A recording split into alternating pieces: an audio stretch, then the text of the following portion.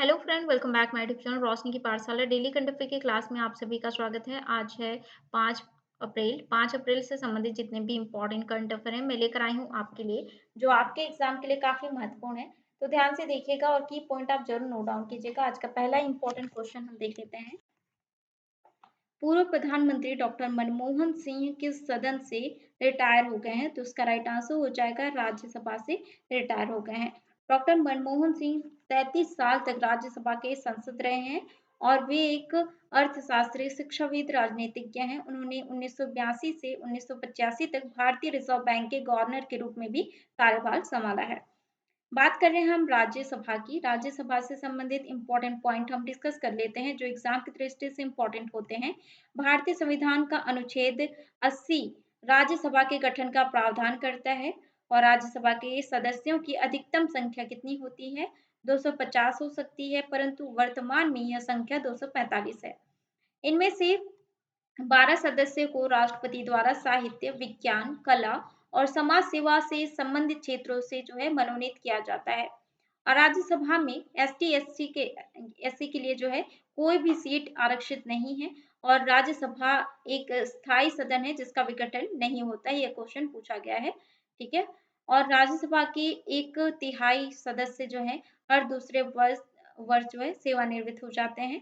और वर्तमान राज्यसभा के सभापति उपराष्ट्रपति जगदीप धनखड़ जी हैं।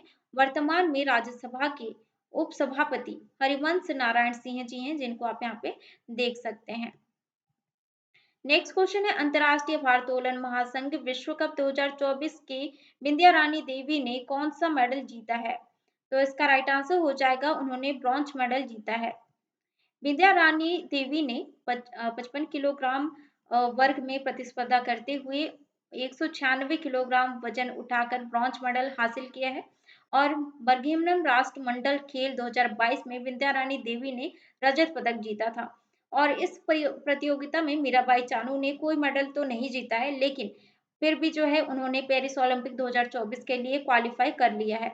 विद्या रानी देवी और मीराबाई चानू का संबंध मणिपुर राज्य से है और मीराबाई चानू ने टोक्यो ओलंपिक 2020 में सिल्वर मेडल जीता था। बात कर रहे हैं हम अंतर्राष्ट्रीय भारोत्तोलन महासंघ की। इसकी कुछ बेसिक जानकारी रिवाइज कर लेते हैं। स्थापना हुई थी 1905 में। भारोत्तोलन जो है एक शासी निकाय है और सदस्य कितने हैं? 193 देश हैं और मुख्यालय लुसाने स्विट्जरलैंड में स्थित है। अध्यक्ष कौन है? मोहम्मद हसन जालोद। और स्पोर्ट्स से संबंधित इंपॉर्टेंट करंट अफेयर हम डिस्कस कर लेते हैं जो एग्जाम की दृष्टि से इंपॉर्टेंट होते हैं। तो अभी हाल ही में हमने पढ़ा था हार्दिक सिंह और सलीमा टेटे 2023 के सर्वश्रेष्ठ खिलाड़ी हॉकी खिलाड़ी जो है चुने गए हैं। और रोहन बोपन्ना और मैट एबटेंट जो है मियामी ओपन 2024 में मेंस डबल का खिताब जीता है।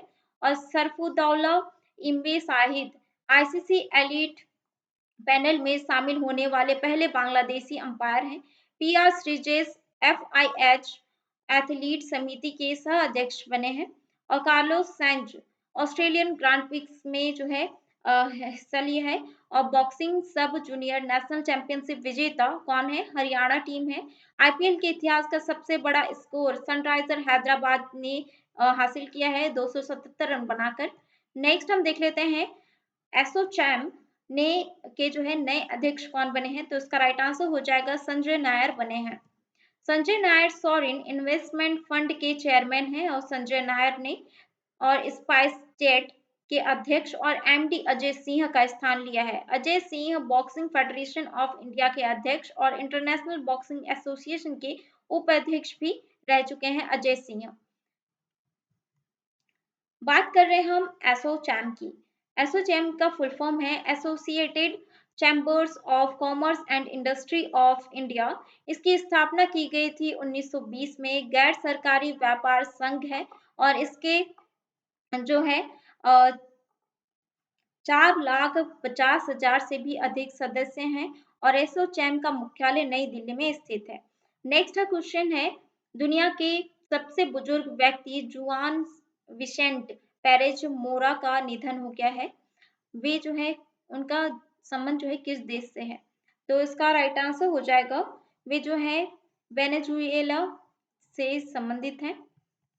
2023 में साउथ अफ्रीका की रहने वाली अ, जोहान मौजिबको का जो है 128 वर्ष की उम्र में निधन हो गया है और दुनिया की सबसे उम्रदराज महिला थी, जिनको आप यहाँ पे देख सकते हैं।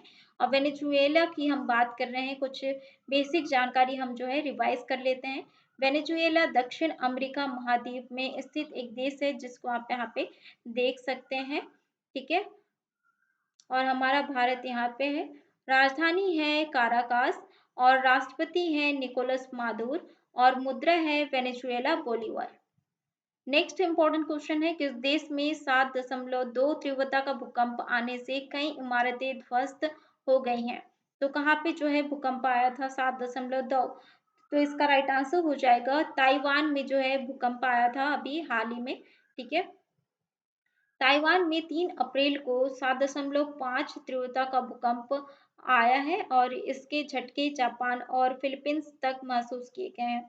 मौसम विभाग के मुताबिक भूकंप ईस्ट ताइवान के हुलियन शहर में आया है और यह ताइवान के 25 साल में आने वाला सबसे तेज तीव्रता वाला भूकंप है। और उससे पहले जो है 1999 में 7.6 तीव्रता का भूकंप आया था और तब जो है 2000 से ज्यादा लोग की है जो मौत हो गई थी। बात कर रहे हैं हम ताइवान की। ताइवान से संबंधित कुछ बेसिक जानकारी रिवाइज कर लेते हैं। ताइवान की राजधानी है ताइपे, मुद्रा है न्यू ताइवान डॉलर, राष्ट्रपति है लाई चिंग-ते।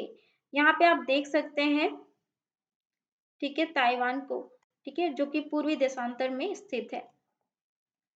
किस देश के वैज्ञानिकों ने कृत्रिम सूर्य में 100 मिलियन डिग्री सेल्सियस तापमान को 48 सेकंड तक मेंटेन किया गया है? तो इसका राइट आंसर हो जाएगा दक्षिण कोरिया में। ठीक है, तो इसका राइट आंसर है ऑप्शन सी। साउथ कोरिया के वैज्ञानिक ने कृत्रिम सूर्य के 100 मिलियन डिग्री सेल्सियस का तापमान 48 सेकंड तक मेंटेन करने का वर्ल्ड रिकॉर्ड बनाया है और ये तापमान जो है सूर्य के कोर से 7 गुना अधिक है और इससे पहले 2021 में 30 सेकंड का रिकॉर्ड बना था। वैज्ञानिक ने Korea super conducting tokamak advanced research device बनाया है, जिसमें यह तापमान न्यूक्लियर फ्यूजन एक्सपेरिमेंट के दौरान पैदा किया गया है। तो यह जो है आर्टिफिशियल सूर्य है, ठीक है, आर्टिफिशियल सन है। और इससे पहले आर्टिफिशियल सन किसके द्वारा बनाया गया था? चीन देश के द्वारा बनाया गया था आर्टिफिशियल सन। उन्होंने स्टार्ट किया था 2006 से और 2023 में उन्होंने सफलता हासिल की थी। ठीक है, और उसके बाद अभी दक्षिण कोरिया में आर्टिफिशियल सन जो है बनाया गया है। नेक्स्ट हम देख लेते हैं, हाल ही में असम राज्य के कितने उत्पादों को जीआई टैग दिया गया है? तो इसका राइट आंसर हो जाएगा 19 जो है प्रोडक्ट्स को जीआई टैग प्रदान किया गया है।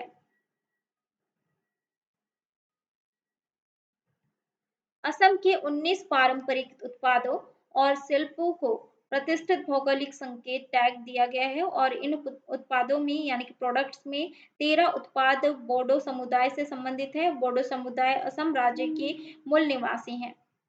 जीआई टैग प्राप्त करने वाले असम के कुछ प्रोडक्ट्स की हम बात करें तो असमिया बिहू ढोल और असमिया जापी और सारथेबारी मेटल क्राफ्ट, पेनीमिटेका क्राफ्ट जो कि जलकुंभी है और मिसिंग टाट जो कि हथकरघा है और असरी कांडी की उत्कृष्ट टेराकोटा कृतियां। बात करते हैं बोडो समुदाय से संबंधित प्रोडक्ट्स की, तो जो था गोगोना गमसा और सिफंग सेरजा, खारडवी खाम, गोंगल डुजिया और ढोरका और केराडिपिनी और ज्वामगरा, दोखोना और एरिस सिल्क। ठीक है, यह जो है बहुत ही इंपॉर्टेंट है क्वेश्चन, किसी भी प्रोडक्ट से संबंधित जो है पूछे जा सकते हैं। बात कर रहे हैं हम जियोग्राफिकल इंडिकेशन की, तो जियोग्राफिकल इंडिकेशन से संबंधित इंपॉर्टेंट पॉइंट हम डिस्कस कर लेते हैं। भारत सरकार ने वस्तुओं का भौगोलिक संकेत जो है यानी कि पंजीकरण और संरक्षण अधिनियम 1999 को बनाया। उसके बाद जियोग्राफिकल इंडिकेशन एक्ट लागू किया गया 2003 में। पहला जीआई टैग जो है किसको प्रदान किया गया था? दार्जिलिंग चाय को 2004 में। जीआई टैग 10 साल के लिए मिलता है, उसके बाद जो है फिर से रजिस्टर करना पड़ता है और भौगोलिक संकेत दृष्टि का हेडक्वार्टर जो है चेन्नई में स्थित है। नेक्स्ट क्वेश्चन है, विश्व बैंक ने 2023-24 के लिए भारत की अर्थव्यवस्था की वृद्धि दर कितने प्रतिशत से बढ़ने का अनुमान लगाया है? तो इसका राइट आंसर हो जाएगा 7.5% तक के बढ़ने का अनुमान लगाया गया है। विश्व बैंक ने south Korea development update report को जारी किया है। 2024-25 के लिए भारतीय अर्थव्यवस्था के लिए अपने विकास दर के अनुमान को बढ़ाकर 6.6% कर दिया है। विश्व बैंक की अगर हम बात करें, विश्व बैंक जो है इसकी स्थापना की गई थी 1944 में और इसका मुख्यालय वाशिंगटन डीसी में है। सदस्य 189 हैं। संस्थापक John Maynard Keynes, Harry Dexter white हैं और अध्यक्ष हैं अजय बंगा। नेक्स्ट इंपॉर्टेंट क्वेश्चन है, वित्त वर्ष 2023-24 में भारत का रक्षा निर्यात कितना हो गया है? तो इसका राइट आंसर हो जाएगा 21,083 करोड़ रुपए हो गया है। वित्त वर्ष 2023-24 में रक्षा निर्यात रिकॉर्ड 21,083 करोड़ रुपए लगभग 2.63 बिलियन अमेरिकी डॉलर तक पहुंच गया है। पिछले वित्त वर्ष की तुलना में 32.5% की वृद्धि हुई थी और वित्त वर्ष 2013-14 की तुलना में पिछले 10 वर्षों में रक्षा निर्यात 31 गुना बढ़ा है। इसमें निजी क्षेत्र का योगदान लगभग 60% रहा है, जबकि रक्षा सार्वजनिक क्षेत्र के उपक्रमों ने लगभग 40% का योगदान रहा है। नेक्स्ट हम देख लेते हैं और आज के लास्ट करंट अफेयर को देखेंगे, उसके बाद हम रिवाइज करेंगे और एडिशनल जीके के क्वेश्चन हम देखेंगे, ठीक है। और उसके बाद मैं एक क्वेश्चन दूंगी जिसका आंसर आपको कमेंट बॉक्स में करना है। तो आज का लास्ट क्वेश्चन है, कोडाईकनाल और सौर वेधशाला किस राज्य में स्थित है जिसकी स्थापना की 125वीं वर्षगांठ मनाई गई है? तो इसका राइट आंसर हो जाएगा, यह जो है तमिलनाडु राज्य में स्थित है। 1 अप्रैल 2024 को कोडाईकनाल सौर वेधशाला की 125वीं जो है वर्षगांठ मनाई गई है और कोडाईकनाल सौर वेधशाला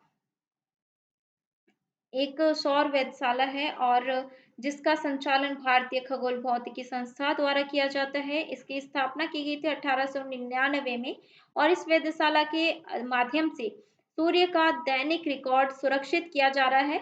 और भारतीय खगोल भौतिकी संस्था का मुख्यालय कहाँ पे है? बेंगलुरु में स्थित है। अब बारी है रिवाइज करने की पिछले करंट अफेयर को। अगर आपको इसका आंसर जो है करना है तो आप आंसर कर सकते हैं कमेंट बॉक्स में। हाल ही में उत्तर प्रदेश के कितने उत्पादों को जीआई टैग प्रदान किया गया है? तो इसका राइट आंसर हो जाएगा 15 प्रोडक्ट को प्रदान किया गया है। जुडिथ सुमिनोवा तुलुका किस देश की पहली महिला प्रधानमंत्री बनी है? तो इसका राइट आंसर हो जाएगा कांगो गणराज्य की बनी है। ENBA life time achievement award 2023 किसे प्रदान किया गया है? तो इसका राइट आंसर हो जाएगा विनीत जैन को प्रदान किया गया है। अब अभ्यास गगन शक्ति 2024 का आयोजन किस राज्य में शुरू किया गया है? तो इसका राइट आंसर हो जाएगा राजस्थान में शुरू किया गया है। 26वीं राष्ट्रीय खो खो चैंपियनशिप 2023-24 में महिला और पुरुष का खिताब किसने जीता है? तो इसका राइट आंसर हो जाएगा महाराष्ट्र में जीता है। विश्व ऑटिज्म जागरूकता दिवस कब मनाया जाता है? तो इसका राइट आंसर हो जाएगा 2 अप्रैल को मनाया जाता है। हाल ही में चर्चा में रहा कच्चा थीवु द्वीप भारत और किस देश के बीच स्थित है? तो इसका राइट आंसर हो जाएगा श्रीलंका देश के बीच स्थित है। एक्सिस कैपिटल के एमडी और सीईओ कौन बने हैं? तो इसका राइट आंसर हो जाएगा अतुल मेहरा बने हैं। एटीपी रैंकिंग इतिहास में दुनिया के सबसे उम्रदराज नंबर 1 खिलाड़ी कौन बने हैं? तो इसका राइट आंसर हो जाएगा नोवाक जोकोविच बने हैं। पीआईबी के प्रधान महानिदेशक का पदभार किसने संभाला है? तो इसका राइट आंसर हो जाएगा शेफाली बी शरण ने संभाला है। अब बारी है एडिशनल जीके की। आज के एडिशनल जीके में हम देखने वाले हैं हाल ही में की गई महत्वपूर्ण नियुक्तियों के बारे में। शेफाली शरण जो है पीआईबी प्रधान महानिदेशक बनी है। अतुल मेहरा एक्सिस कैपिटल के एमडी और सीईओ बने हैं। अरविंद कपूर पूनावाला फिनकॉर्प के सीईओ बने हैं। विनय कुमार रूस में नए भारतीय राजदूत बने हैं। सीपी राधाकृष्णन तेलंगाना के राज्यपाल का अतिरिक्त प्रभार संभाल रहे हैं। राहुल सिंह सीबीएसई के नए अध्यक्ष बने हैं और नवीन नवनीत सहगल प्रसार भारती बोर्ड के अध्यक्ष बने हैं। किशोर मकवाना राष्ट्रीय अनुसूचित जाति आयोग के अध्यक्ष बने हैं। Ashwini Kumar federation of Indian export organization के अध्यक्ष बने हैं। Naveen Jindal Indian steel association के अध्यक्ष बने हैं। हिमांशु अग्रवाल जालंधर के नए डिप्टी कमिश्नर बने हैं। तो ये था आज का इम्पोर्टेंट करंट अफेयर के क्वेश्चन आंसर और एडिशनल जीके। तो ऐसे ही डेली इंपॉर्टेंट करंट अफेयर के क्वेश्चन आंसर देखने के लिए मेरे चैनल को सब्सक्राइब करिए, साथ ही बेल आइकन को प्रेस कीजिए ताकि आने वाली वीडियो का नोटिफिकेशन आपको मिलता रहे। इससे क्वेश्चन जो है आपको एग्जाम में देखने को मिलेंगे जरूर। ठीक है, तो इसका आंसर अगर आपको आता है तो अभी हमने पढ़ा था, तो इसका आंसर आप कमेंट बॉक्स में जरूर दीजिएगा। ठीक है, और वीडियो को ज़रूर लाइक कीजिए और ज़्यादा से ज़्यादा शेयर कीजिए, और आप साथ ही टेलीग्राम ग्रुप से जुड़ सकते हैं। टेलीग्राम ग्रुप का जो लिंक है डिस्क्रिप्शन बॉक्स में दिया हुआ है।